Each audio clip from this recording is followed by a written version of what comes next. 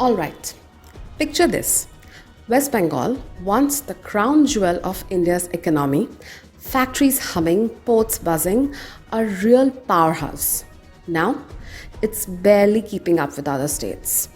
We're not here to pick sides, left, right, whatever. We are just an enthusiast who wants Bengal back on the map and maybe leading from the front. Back in 1960, Bengal had over 10% of India's GDP, third place in the country. But today, it's down to 5.6%. What happened? Did it just give up?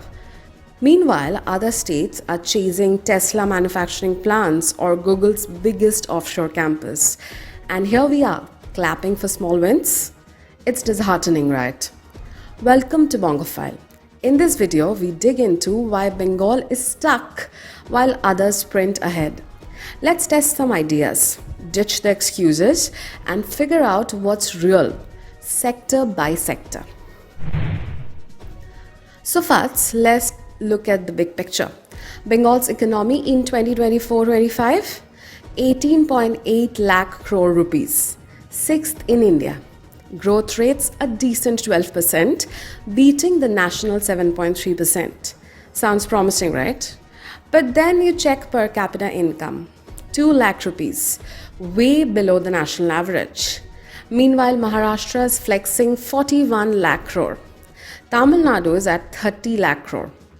I thought, okay, maybe Bengal is just growing slower. Nope.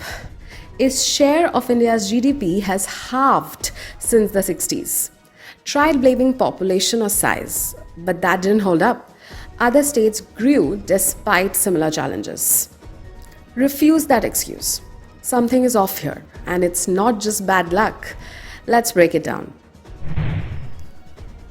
Alright, let's start with agriculture, Bengal's backbone.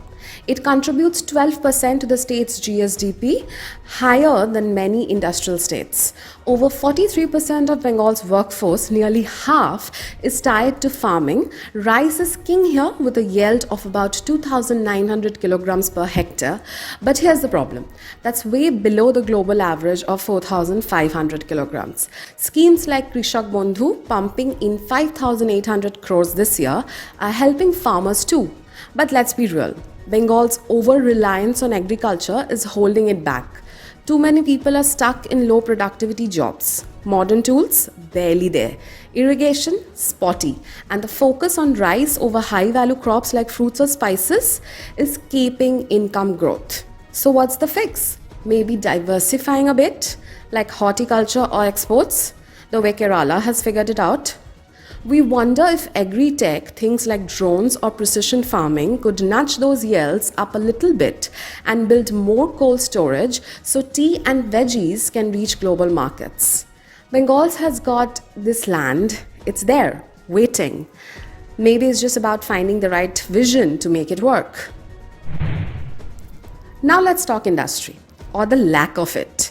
Industry makes up about 20% of Bengal's GSDP, way less than Maharashtra's 30% plus. Foreign investment, a measly $1.66 billion between 2019 and 2024. Karnataka got $27 billion in the same period. Historically, Bengal has an industrial giant. Think steel, jute, chemicals. But its share of India's industrial output crashed from 9.8% in the 80s to 5% by the late 90s. What happened? Policies like freight equalization in the 50s gutted its edge. Then came labor unrest and land acquisition dramas. Remember Tata Nano ditching Bengal in 2008? Investors still see red tape and risk.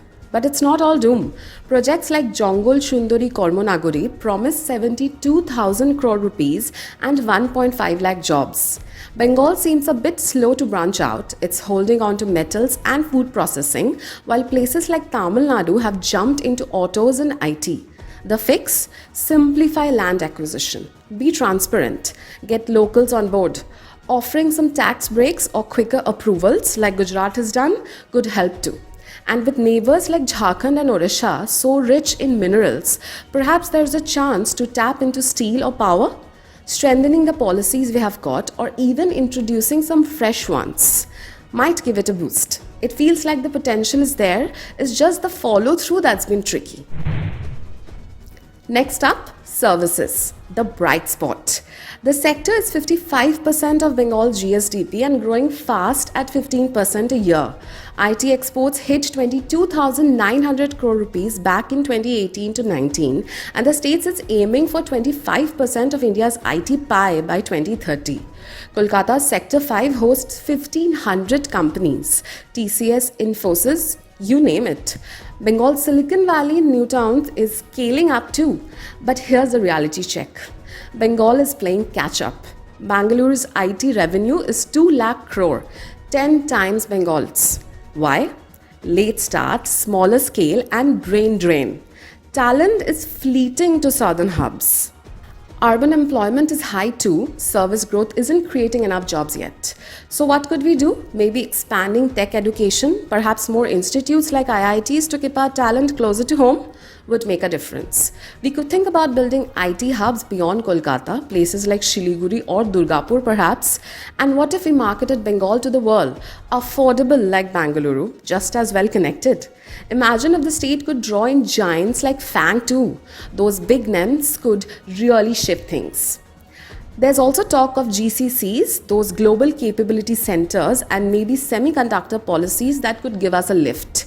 It feels like these could quietly open some doors of Bengal if we get them going. Okay, let's step back and look at the bigger picture. Some challenges we can't ignore. Debts is a heavy one.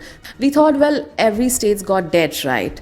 But that didn't sit right. Tax revenue is only 5.4% and it's squeezing what we can spend on roads or schools. Then there's infrastructure. We have got 10,800 megawatts of power and solid ports. Pretty decent stuff. But Kolkata's chaos, rural areas left behind, we wondered, is this just big city growing pains? Nope, refuse that. It's holding us back. And socially, poverty is down to 8.6%, better than India's 11%. That's a win. But education and skills, they are not lifting us up like they could. So what could we try? Maybe lean harder into MSMEs? Bengal's already tops there to bring in more cash. What if we planned new urban centers like Gujarat's Gift City and spruced up rural roads? And perhaps tie our schools to what factories and IT firms need. So here's what we have pieced together. Bengal is holding tight to an agri past. We tried sticking with it, but it's stalling us out. Industry has stagnated. We tried pinning it all on history, but we refuse to let that be the sole explanation. Services is climbing. We tried coasting along, but we won't settle for taking half steps. The state has got rivers, ports, talent. It's not done for. Maybe modernizing farms, chasing factories, expanding IT. That could be our path. Beyond all that though, we can only dream of seeing Bengal back on the global map. Not pointing fingers or playing blame games, just hoping. Picture it, a Bengal that shines again, not just for us, but for the world. That's what rooting for, right? What do you think? Where should we start? Drop it below. We are listening. That's a wrap for this video. If you think alike, and even if you don't, please like, share and subscribe to Bongophile for more such updates. Thanks for sticking with us. See you next time.